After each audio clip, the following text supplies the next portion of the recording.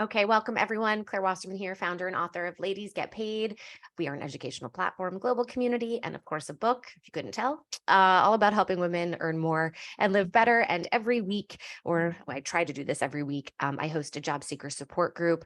I know this is a really, or can be a rough time in your life. I actually also think it can be a really exciting time in your life. And I'm not saying that as that kind of toxic positivity, silver lining. Like, I know this is scary, but at the same time, there's opportunity in change because so many of us just go along with the status quo and we're just okay with our lives being okay. I don't want our lives to be okay. I want our lives to be amazing.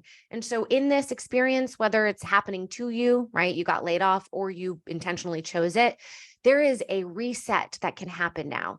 And I don't just mean reset in terms of the job that you have, but your lifestyle, the way that you manage your time, where you spend your energy, who you say yes to, who you say no to. And a huge theme I think you're going to see in today's conversation, because I'm going to be doing a live coaching session with a very brave volunteer. But this is a theme I think will extend in all of our sessions, is just when you are not getting what you want, how can you create that for yourself? Okay. Because I never want us to feel hopeless or optionless. And that I think is the underlying theme to, or really motivation to Ladies Get Paid in general, is we should never feel trapped, whether it's your job, a relationship, or even the relationship you have with yourself, just that there can be expansiveness. You can see opportunity. And I know right now in particular, that can be even harder to find, which is why when you come together and see how other people are doing it, it can remind you that just one foot in front of the other, there are actual things you can do. Don't wait to get the job to feel good. We can feel good now. Awesome. All right. So I am going to Zoom quit unexpectedly. Hopefully it didn't. I think we're all still here. All right. So the first person I'm going to bring up is someone who's going to give us hope. Okay. Because that's very important. So Megan has been in our job seeker support group, but she's graduating because she got a job. I really hope that those of you, when you get jobs, you keep coming back. And if you do, and then the reason I know about this is because Megan she posted on LinkedIn that she got this job with Spruce, which is she'll explain what it is, but it's a platform that I actually use to communicate with my psychiatrist. So that was pretty cool. And when she made this announcement post of her new job, she also thanked people who helped her along the way. And she tagged me in Ladies Get Paid. So I hope that you all do that. Don't wait till you get the job. Like, if you find anything helpful, use it as content on LinkedIn to help others and promote yourself. And also, if you tag me, I'll reshare it. I may have you come and speak. So I'm so excited for Megan. I know. Okay. So I'm going to ask her to unmute. I'm going to bring her up. Okay. So Megan, I don't know if you've started the job yet, but, first of all, congratulations. If you could just tell us the journey, to getting there, how long it took you, how you were feeling, and just sort of lessons learned, wisdom along the way. I'm so psyched that you're here. Yeah. Can you guys hear me okay? Yes. Perfect. Cool.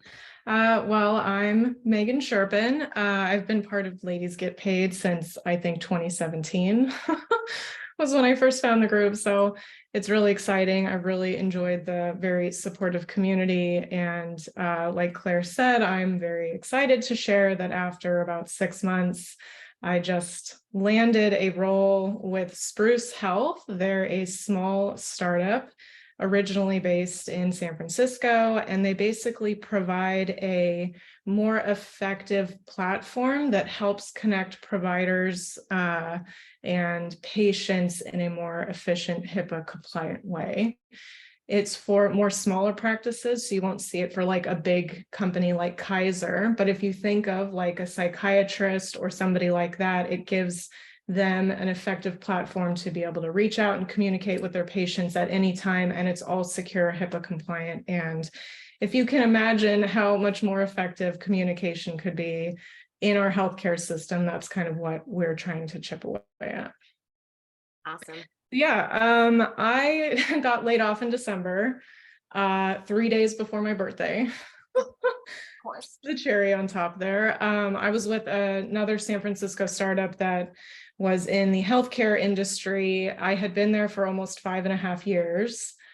I had led the design of like everything at the company, their app, their packaging for a product that they manufactured, like emails, one pagers, like anything you can think of. And I thought, there's no way that I'll be a part of this layoff.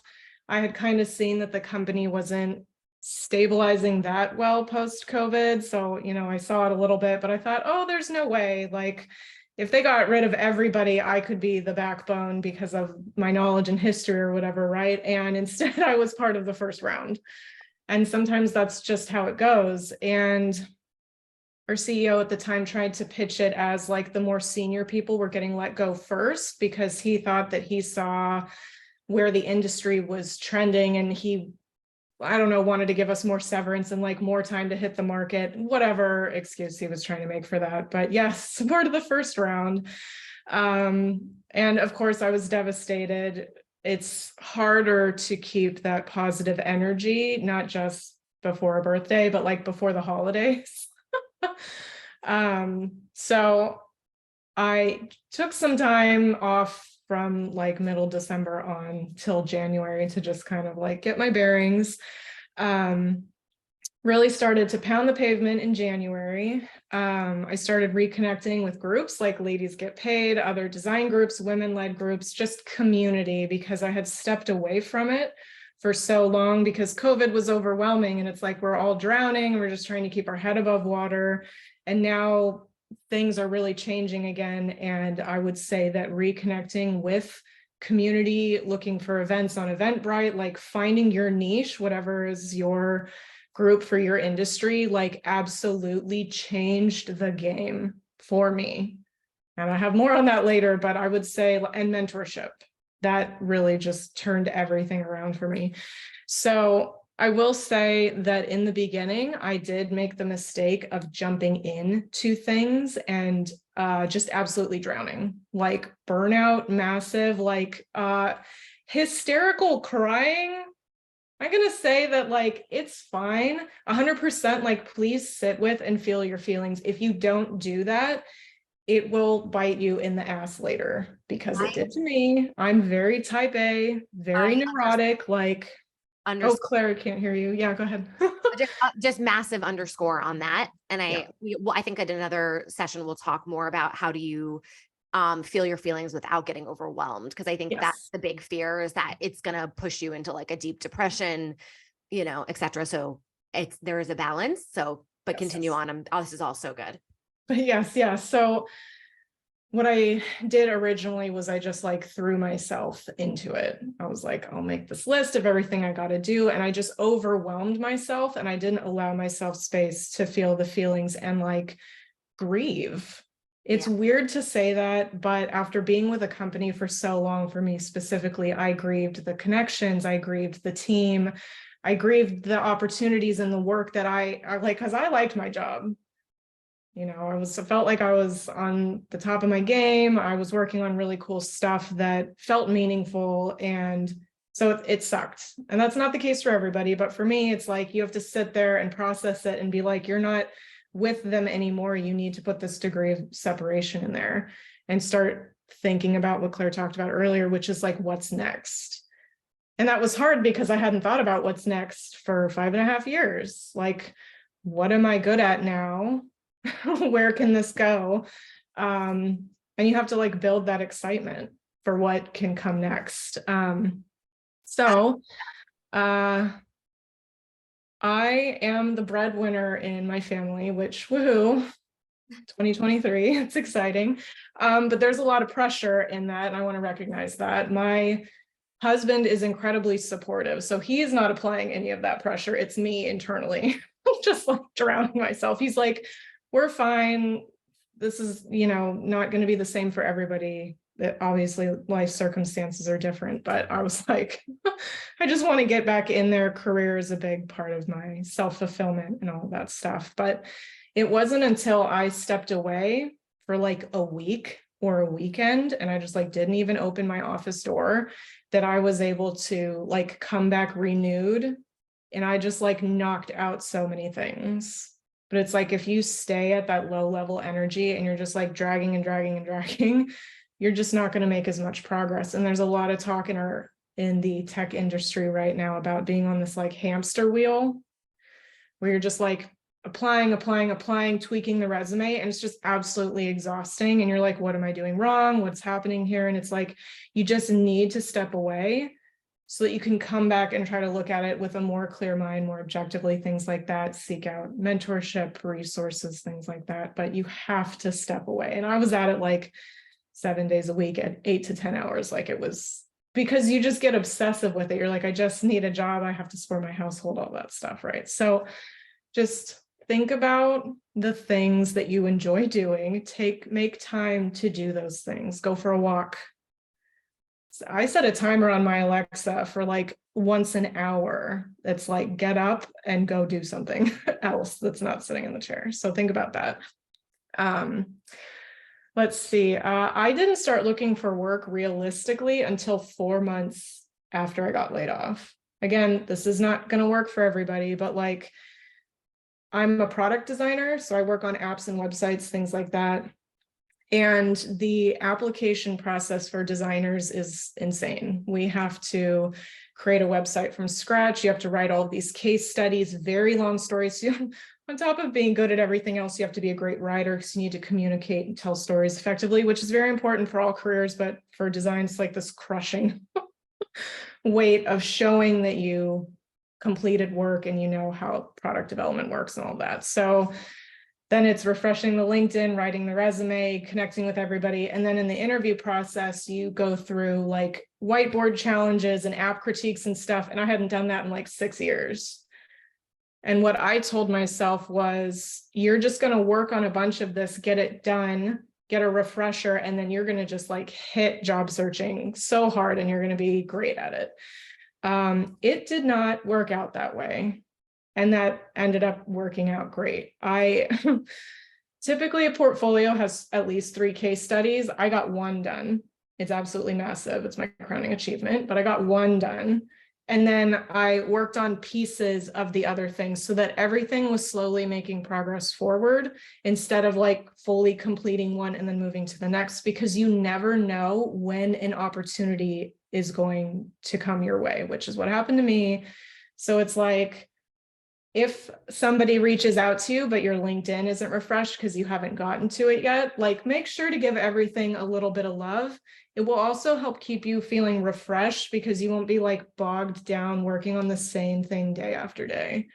So that's kind of what helped me. So what ended up happening is I really got into LinkedIn, which felt a little uncomfortable at first because it's feeling a bit like the new Facebook and it was kind of a downer because every time you refreshed it, it was like new companies having a layoff. And I was like, shit. I don't want to be competing with these designers from Google and Apple and like, great, all of these new people are like, it's really sad, but at the same time, it's like this market is crazy. And so because I spent time on this platform, I had a mentor that I worked with back in 2017 who, when she logged into her LinkedIn, she saw my post at the top of her feed and my headline said, looking for remote opportunities. And she reached out and messaged me and said, hey, I'm hiring on my team. And I said, that's great. I don't totally have all my shit together, but if you're willing to work with me,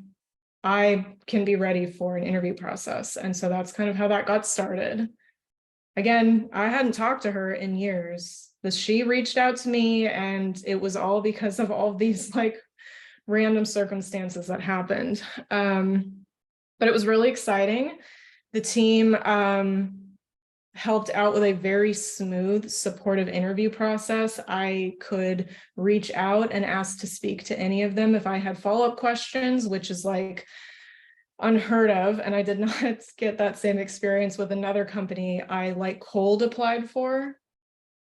So I did apply to some other companies. I did get some rejections. There was another company that was very similar to the last startup I was with. I thought they look great, their benefits or whatever. Their recruiter sent me all of this documentation. I was like, glorious.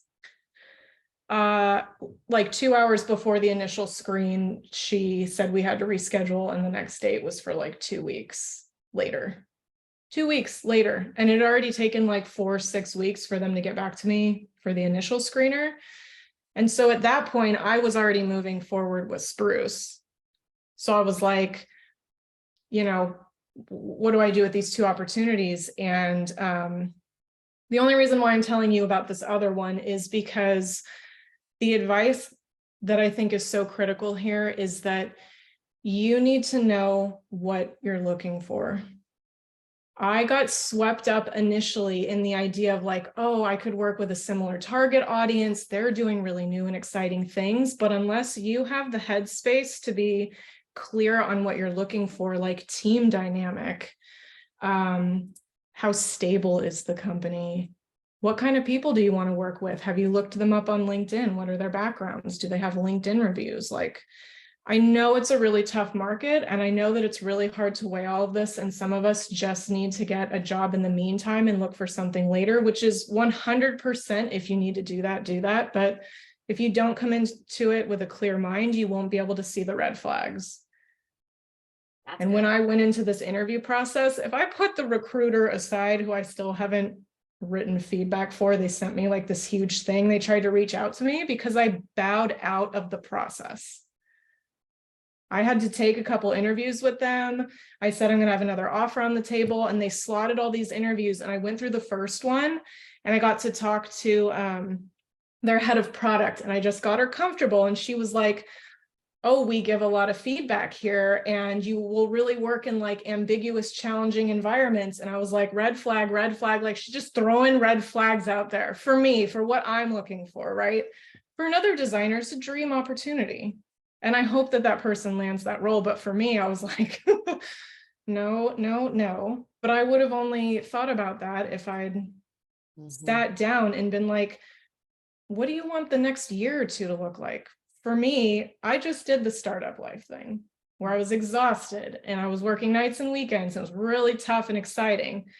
I got married last year, and I'm getting older and I'm tired. And I don't want to do the startup life thing every day. I don't know when we're going to have kids, but I want work-life balance. And this was like, you're going to be very much, very busy all the time. What would you say, and just in the final minute, during the interview process, the whole experience from beginning to end with Spruce, for you, what do you think got you the job? I mean, you're obviously great, but like, were there certain experiences within the interview process where you're like, oh yeah, I nailed that answer? I mean, it never comes down to just like one moment, but for those who are in that interview loop, they found the opportunity, they're in the door.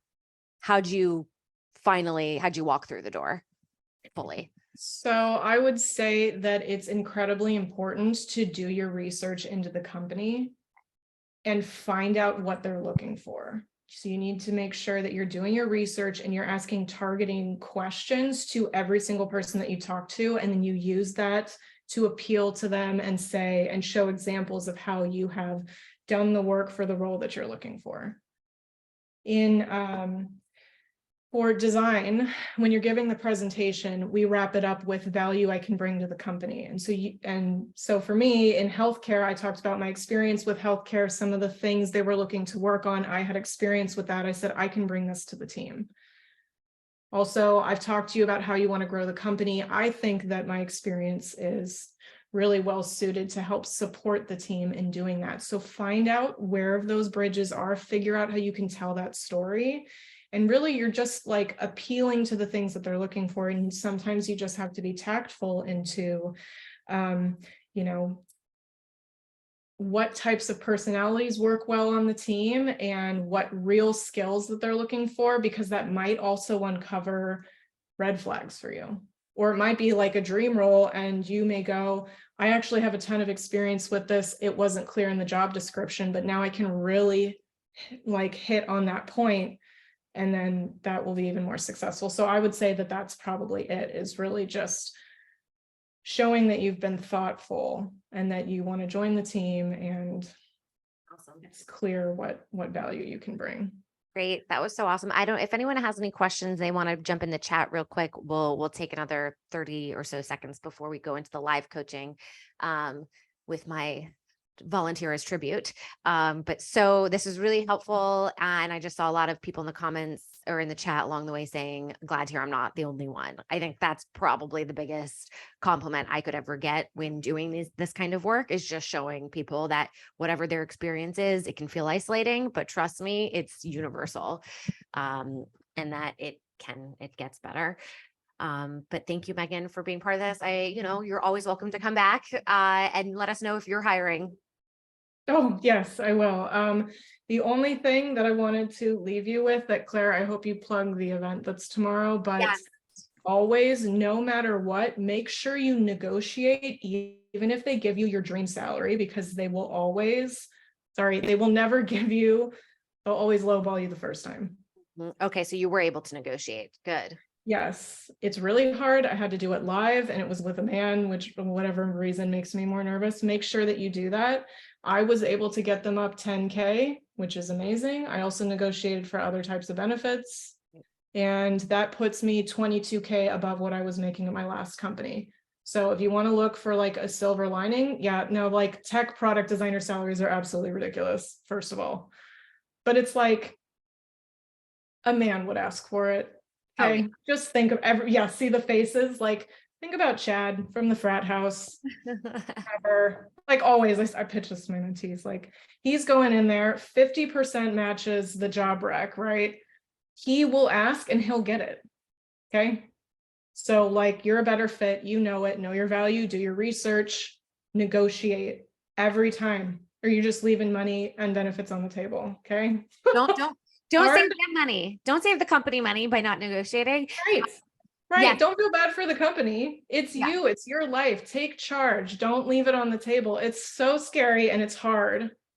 The first time I only got 3K more because I didn't know what I was doing. This time I went in and I just like hit it hard and I was like, look, this is what it is. Can we discuss this? Right. Yes. And thanks for teeing me up to talk about tomorrow. I'm going to pop you off. Thank you for sharing. So everybody, if you're watching this live, so it's going to be June 27th. So that's tomorrow, Tuesday, free half-day virtual summit. And it is so it's sponsored by our friends at Hired, and it's about basically getting the job you want in tech and overcoming bias. We've got a DEI panel, we've got a job fair, and I'm leading a 75-minute salary negotiation webinar. It's all for free. So I posted it in the chat, the link. I'm going to send it in the follow-up email as well. And if you can't attend live, no worries, register anyway, because there's going to be a recording. And by the way, in the job fair, you can meet with these recruiters one-on-one. So, or you can really connect with them. So there's no reason not to come. So I'm going to invite Swati up, although you tell me if you would prefer to be anonymous, not have your camera on. I'm good. My camera's on. Okay. All right. Awesome. Okay. So just so you all, there we go. So just so everybody, Constance, let's go. So this is a little bit of an experiment that we started, I think 2 or 3 sessions ago with Tammy, who was our first volunteer as tribute. And it was ad hoc. And I really am enjoying this format of being able to dig into a specific person's situation a little bit further than just like general questions. And hopefully in this kind of live coaching format, I mean, yes, we're focusing on one person here, but I think the things you're going through, because you wrote them into me, they're universal, because I'm seeing everybody's questions that are being submitted. And there's a lot of aspects to your story that I know will resonate. And so we'll go as long as we feel like it's helpful. If we have time for breakouts, we'll do it. If not, listen, we do this every Monday and we always experiment. So, and by the way, I hope that it made you feel good to hear that Megan's job search took about 6 months, because I know yours has taken 7 months. So and also she talked about like tech and product management and all that. Now I know what's going on with you, but I would love for you to share with everybody the situation that you're in, and that, ideally in the next 20 minutes or so, how can I be most helpful to you? Yeah, thanks, Claire. Hi, everybody. I'm Swati. I am based in the Bay Area. As Claire kind of alluded to, I have been technically unemployed for 7 months, quite frankly, and transparently amongst friends. My last day of work was actually the beginning of October, so it's really more like 8 or 9 months. And so let me back up and just say, like, I worked in corporate retail. I worked for Gap for about 6 years. The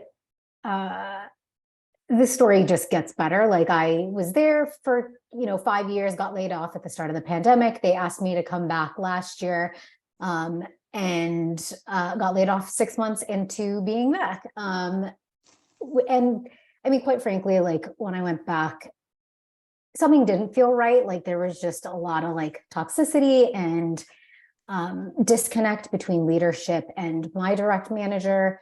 So like, I think the writing was on the wall, and I tried to be optimistic, and honestly, job hunting in 2020 for me personally was really, really tough. Like, it took me a year plus to get a job, and it was a job that was also terrible and toxic, and that's why I ran away and came back to Gap. So blah blah blah. But I'm struggling to figure out where to go next. Like, what I did at Gap was a little bit niche, and the things that I did could sit in different functional groups. It could have been taken by multiple people. They didn't need to necessarily have a dedicated resource. So it's tough. And, Megan, when you said that you just like kind of dove in post losing your job, that's kind of how I've approached it. And so it's been tough. And I've, gone after jobs that I am not in a smug or arrogant way, but like am overqualified for. Like, I have an MBA from a top school. Like, I have been working for a long time, and like, I internally, deep down inside, I know my worth, but like, I am positive that getting laid off twice in the span of 2.5 years by the same organization has like killed my confidence. And I'm sure that's showing up, and I am not performing in interviews that, again, like, are more junior, and that I'm probably overqualified for. And I don't think I'm getting dinged because I'm overqualified. I'm getting dinged because I'm not showing up, and somebody else in the interview process is either demonstrating through their resume or demonstrating through their confidence that they are going to be able to do that job, hit the ground running and do that job. And I am not doing that. So yeah, it's tough, but I think, some of the stuff that Megan, you mentioned, go out and take a walk, or find joy in your hobbies, essentially. Like, I am trying to do that. I'm trying to be better about it, but like, I need to get a job. This is just, yeah, this is just like I can't sit and twiddle my thumbs. That's just like not, it's not doing anything for me. So yeah. Mm-hmm. Yeah. And Mallory says that she feels this so strongly. Yes. This is why I wanted to go into your story. Well, thank you for sharing, and thank you for being vulnerable. Yep. Jenna said, same, Swati, your story really resonates with me. Some similar struggles. Yeah. So what's so interesting is a thing that you said that made you feel less confident. I actually would think that it would make, or at least for me, it would make me more confident. The fact that you were rehired by the company and then laid off again, which is, of course, the whiplash of it, jerking you around, there's of course going to be some negative feelings, but I'm thinking, man, they wanted you. This was the only reason that you were let go the first time, and the second time, it had literally nothing to do with you, clearly, if they asked you to come back. So curious why that in particular shook your confidence. Yeah, no, I mean, I think you're absolutely right, right? Like, I know the value I brought to the organization. But when your self-worth is so tied to your job, like, it is, regardless of whether it was performance-based or not, you're still unemployed. Your name is still on the chopping block. And not that I had any say in how my manager was presenting our team and the work that I did. I was not a part of those conversations. Like, I still felt like, damn, I couldn't do anything to like save my own job, and our entire team got let go, and it's just, it's crap. And quite frankly, like, I think I shared this with you, Claire. Just like, I would have been up for promotion this year, and I have been passed up for promotion a couple of times. And I mean, this may be like me oversharing, but I'm going to do it because it always feels like a safe space. But like, when you go to a really good business school and like I am seeing my peers, we're 10 years past graduating. I am seeing my peers like, oh my God, I'm the VP of this, or oh, I'm the head of that. Like, Yeah. it is hard not to feel like I am not enough. I know like internally I am, but it's like your value gets, it's a label. I totally appreciate that. The logical side of me understands that, but it is hard when I'm like, I can't even get promoted in a job where they know I should be promoted. They have now laid me off twice instead of promoting me. And, peers X, Y, and Z are, head of this, chief of that. So yeah, that's the long-winded answer. You know what sucks about this, the comparison, is it never stops, even when you get what you want. Even when you want. And I'm talking from personal experience, like the book didn't sell as many as somebody else's book, or I do have everything I want, but wait, I don't have time and energy. Like it's just so freaking wild how it will always be up. However, that being said, this is very real and I will validate you on that. So there are a couple of things that I want to address, partly based on what you've shared here, but also what you shared with me before. One of the things that you wrote into me was that you felt like you were having a hard time competing with people who had the exact experience. You were applying for jobs where, you needed to demonstrate that your skills were transferable because you had retail, offline, and you're going for digital. And this even includes things that are a step perhaps below or lateral, right? This is not even a stretch.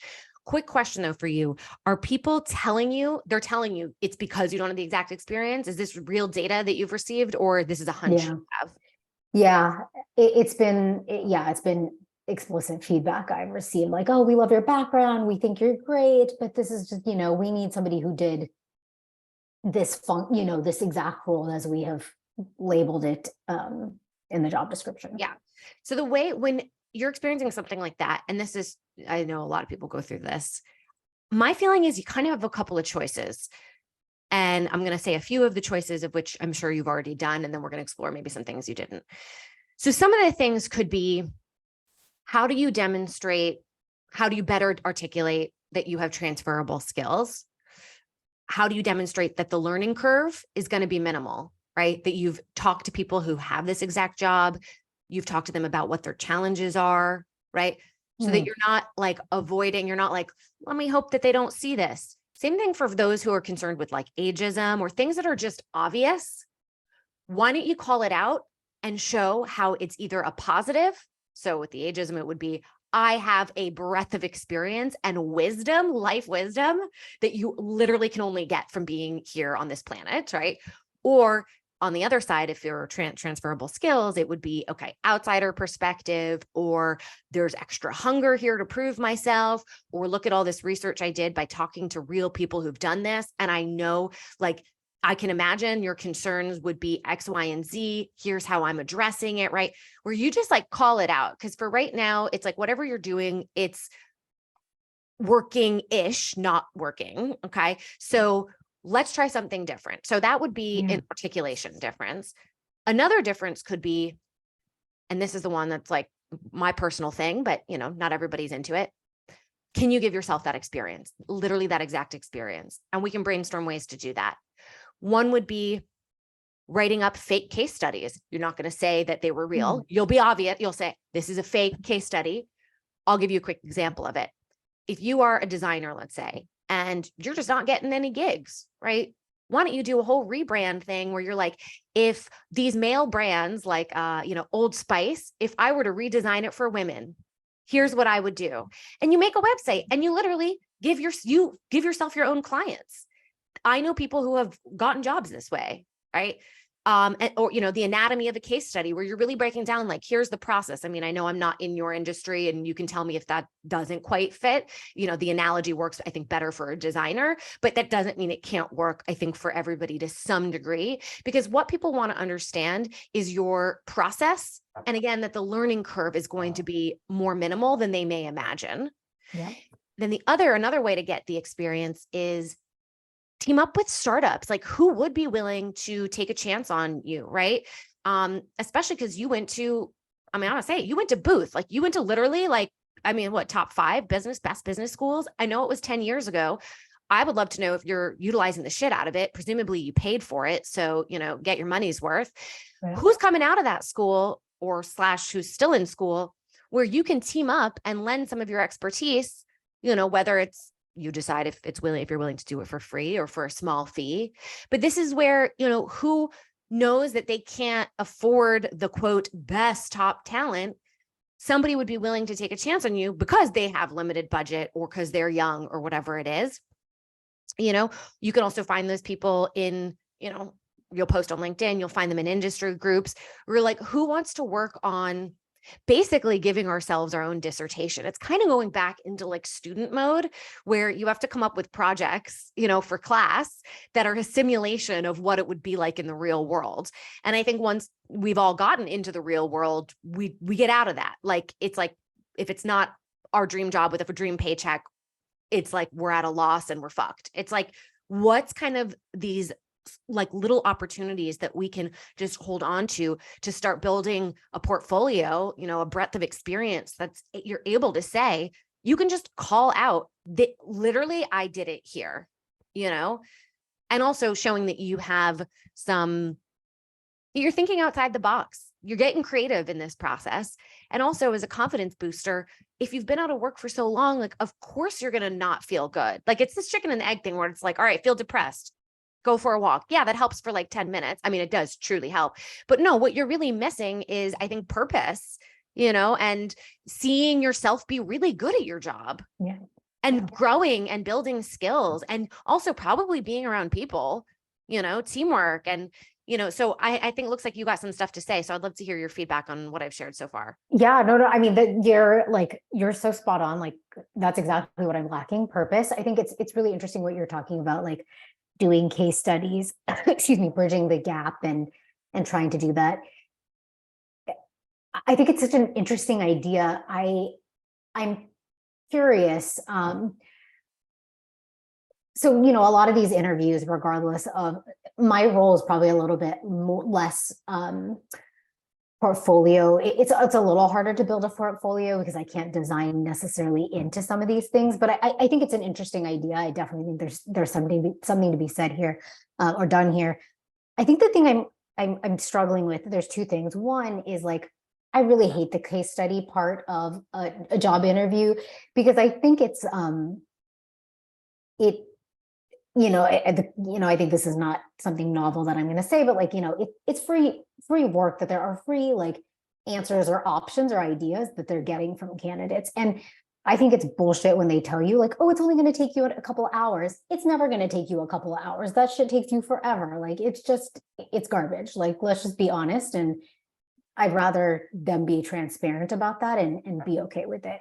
But my question is like, at what point in the process do you share that? Because what happens is, like, I talk to a lot of recruiters. They're like, we think you're great, but obviously recruiters or talent acquisition doesn't necessarily know what the manager is looking for. Like, at what point in the process do you share this with them? Because I'm struggling to kind of get past that initial round with the hiring manager. Yeah. So I want to just make a quick distinction. So when I mention case studies, I don't mean, and I think you knew this, I'm not talking about anything that was assigned from the company. I mean, literally, for yourself, of like the anatomy of if like I were to work with this company and like I would pick a brand that you actually really do want to work with, come up with like, here's the challenge that I would work on, in my dream scenario, here's how I would approach it. Like, so this is more of like a creative project for yourself. Totally. Yeah. So in this scenario, this is what you're talking about is when people assign work. I'm totally against that. Well, actually, no, I'm for it. It should just be compensated. Like, I understand if a company wants to see how you operate, but they should just pay you for your time. So, is your question, at what point / how do you articulate to them or the recruiter that it feels inappropriate to you to be spending unpaid labor? No, sorry. I was asking more like those creative projects that you take on to kind of try to like simulate the job and get that experience. At what point do you share that with a potential employer? well, I would do it all. That should be part of all of your materials that you submit for sure. Okay. Yeah, well, Interesting. because again, you're in a position where you already know what's lacking here, right? Like you've been doing this long enough where you've gotten real data saying this is a weak point for you. Because you got brand names on your website, you went to the best school, you're obviously really articulate. You're in the Bay Area, I'm sure you're well networked. Like this isn't a bunch of variables where we're like confused why you're not getting this job. You feel pretty confident that it is because you don't have the exact tech experience that they're looking for. And so knowing that that's already a strike against you, I would just put it on your LinkedIn. I mean, you should do a whole series on LinkedIn of, these are some case studies, whatever, include it, if you wanted to include it in your resume, in your cover letter, just like describe it. Just my feeling is always, if something isn't working, what can you do that is potentially the exact opposite of it? And I'm talking about how you even talk to yourself. So the relationship you have with yourself, the way that you articulate yourself to other people. If you were to go just like being really outside the box with this stuff, what do you have to lose? Literally nothing. Yeah. As long as you were never negative. That's the thing. So as long as there's no negativity here and you're not expressing like insecurity about your lack of skills, right? So when you're calling out, hey, maybe haven't done this before, we're not spending too long on that part of it, but it's really, I want to show you my process. I want to really show you my process. And what I think is best about me is how I think and how I collaborate. Yeah. And how I see opportunity and my creativity and my, but like show it in action, because it's easy for anybody to say those words, but to be able to actually demonstrate it with a specific example, that will tell the story for you. So to your point of, when and how do you bring it up?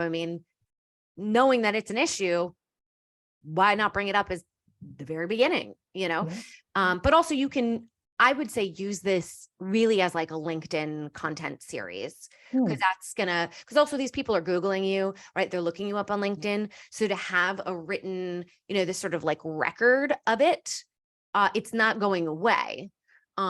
Especially if I'm not sure if you have do you have a personal website? Yeah, that's something, again, talking about giving ourselves purpose here, like give ourselves projects, purpose through projects. I always love a good alliteration. I'm obsessed with Squarespace. I'm in the middle of redoing my website, hoping to get it done by tomorrow. Great, beautiful templates. It's pretty easy to learn. They've got good customer service. I think every single person, regardless of what you do for a living, should have a personal website. You need to own your real estate on the internet. And when people Google you, you want to really be in control of the narrative that they see. For better or worse, whether we like it or not, we are all personal brands. Welcome to capitalism. Like we can't fight it anymore. We're past that point. You got to monetize yourself. But here's the great thing about this kind of stuff is it means you're building your own safety net. Meaning when somebody Googles you, you have a place where you have clearly stated who you are, what you're about, what you're looking for, and you can have those case studies. Does it replace your LinkedIn? No, like LinkedIn is where there's a built-in like traffic to your site. Like nobody's going to your website. It's just another place where you can sort of more beautifully explain like kind of the qualitativeness about who you are. Right. I have there was a question that I had. Yeah, I just would love to see you kind of back in the game of if you were to work on a project, because it's one thing to come up with this stuff on your own, these like case studies, but I think there's like this lonely factor that we really discount, or maybe we don't discount because you're all here. So you understand the power of community, but is there anyone that you can think of that you might team up with so you can have a person you're meeting with and deliverables to that person, and it will just feel more real? Yeah, it's an interesting question. It's my cousin's husband actually has a business, and the last time I got laid off, he wanted me to come and do some work for him. It just, the timing didn't work out. I ended up getting a job. So I think it's something that I could definitely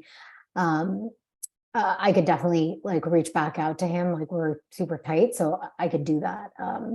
So no, I think these are like really great ideas and things that I haven't thought about. And I think it, like you said, it would give me purpose, and I think it would excite me just to like be creative and use my brain again in a way that I get to own, as opposed to like the case studies where you're stuck within the confines of the prompt. So no, I love this. Yeah, thank you. Yeah. And I think this is, a word that you used. Also, I think Mallory had used it. It's just bridge.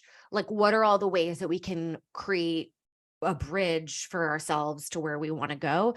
And there's something, so when I first graduated college, I had a job lined up that fell apart last minute. I went and I was an au pair. Long story short, ended up, a friend of mine was in Bosnia filming, and he was like shit at raising money. And I was good at that. I'd done that in high school. And I just like jumped on board and helped produce his film. So I was living in France and I was able to go there easily. And long story short, we ended up getting nominated for a Student Academy Award. Okay. Now, this experience, regardless of if we had we also got rejected from like every film festival. So it was an interesting journey. There were so many aspects of what I did with that film that I talked about for years in jobs that had nothing to do with it. I never even went into film. I never went into producing. I ended up going to fundraising. So that was the most transferable thing. But the experience of even like writing a letter to a French foundation in French, explaining to them why supporting a Bosnian film was actually in like French interest, like these became really, really good stories to tell. Like networking that we did at film festivals, like there were just so much that came out of that for years and years and years and years. Like I'm still talking about it, and I'm 36 and I was like 22 at the time. Right. So, and that was like self-given, and came from a place of, I just want to help this person. And also fear, right? I was like, had lost my job, again, that's kind of where I'm always going back to, like, when you're in the unknown, there's actually so much opportunity there. I would say a big question mark and challenge, both for you and for everybody here. How do you hold yourself accountable to actually doing this? How do you structure your days, your time, your energy in a way that you will continue to put one foot in front of the other? In other words, how will you chart progress too? Because right now, I think a lot of us are seeing progress as when we get the job and it's just so far away. So we got to like shorten the measuring stick a little bit here. And I did get a lot of questions about managing time and energy. I don't know if that's something you've experience, but I definitely know when you don't have a job and it's been going on for this long, like, what are your, like, does Monday through Friday even matter anymore? Or is every day kind of a weekend? Like, yeah, how have you been managing this? And like, how do you foresee your next steps with, trying something new like this and actually holding yourself accountable to it? Yeah, I think accountability is tough. I have struggled with it. I have tried I've tried to create some structure in that, like, I am part of, groups like this. And so there's like parts of my day that I just block off for networking or job applications and things like that. But in terms of accountability in doing this, I think it's something that at the end of the day, like, I have to be accountable to myself and I have to hold myself to the highest standard. And so it's something that I need to figure out. I don't have an answer for you. Let me just put that succinctly. Like, I think it's something I just need to figure out, but I think you've given me some really great ideas that I really want to like explore, because I don't want to come to like October and be like, well, shit, here we go. Another, like, I am anniversarying the last day of my real full-time job, so more to come is what I'm going to say. Yeah. One way to start, because those of us who are sort of type A people, like, we think about like, here are all the things I can do. And it's like, okay, sure, you can do, but you're also relearning. I almost think of ourselves as like, we're learning how to walk again. I have felt like that since the pandemic and moving to LA.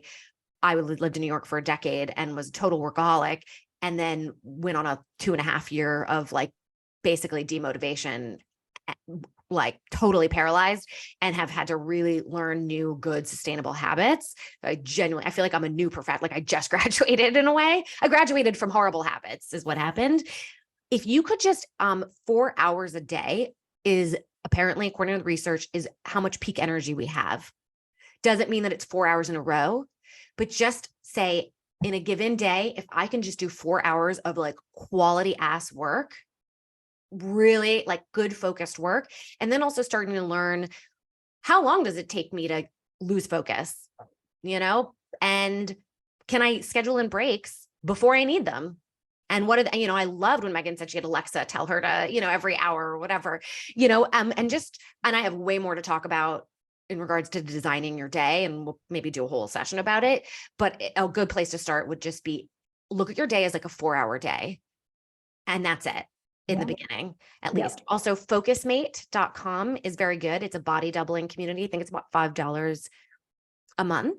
And it's 25, 50, and 90-minute sessions. It's 24 hours available. You sign up for the amount of time you want, and they match you with a random person in the world. And at the beginning of your session, you state your goals. Then, people do their own thing. And then at the end, there's a ding, ding, ding, and you share what happened. I've done it for working out. People do it for laundry. They do it for work, and I've matched people in like China, it's really cool, actually. I think it's focusmate.com. So that's a good one. And so much more to share, but I'm really glad to hear that this was helpful. It's always a question, I'm always a moment of like, oh God, can I be helpful? But I'm glad that you gave some good feedback, and I also see some positive feedback here. So I'm going to just thank you for being so vulnerable and honest and sharing. You were fantastic. And will you keep us updated? Yeah, of course. And thank you so much for creating this space and for, chatting through this. I really appreciate it. My pleasure. So for everybody, who's here, by the way, y'all beat I said I was going to be about 45 people, and I think we went up to about 51 at one point. So love having my guests be beaten.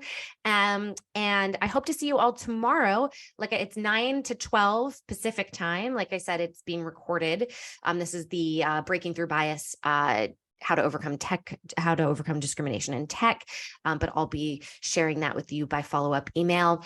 And then next session, I'm going to think about what we'll do. I think the session after that, we'll go back to doing that resume review again. So I think we're going to rotate. Maybe we do some interview prep practice, negotiation practice. I just want to keep this as interactive as possible. So if you have any feedback for ways that this can be helpful to you, I don't want it to be like a webinar. That's not really the purpose. I really want it to be way more community and story sharing based. The last thing will be a plug for Ladies Get Paid.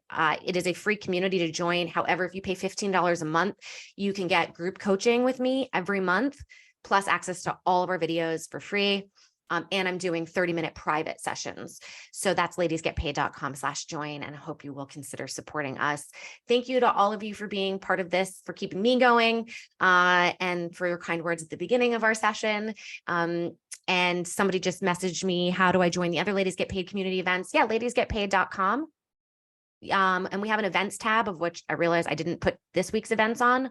But if you sign up at ladiesgetpaid.com/join, you'll get the newsletter. And so every week we send out all the events. We'll do another resume review for sure with an amazing woman named Lucy Samuels. I just don't want to do resume reviews every time, but I for sure once a month, if not twice a month. Appreciate you all being here. Yep, to Swati and Megan, thanks for sharing your stories. You got this.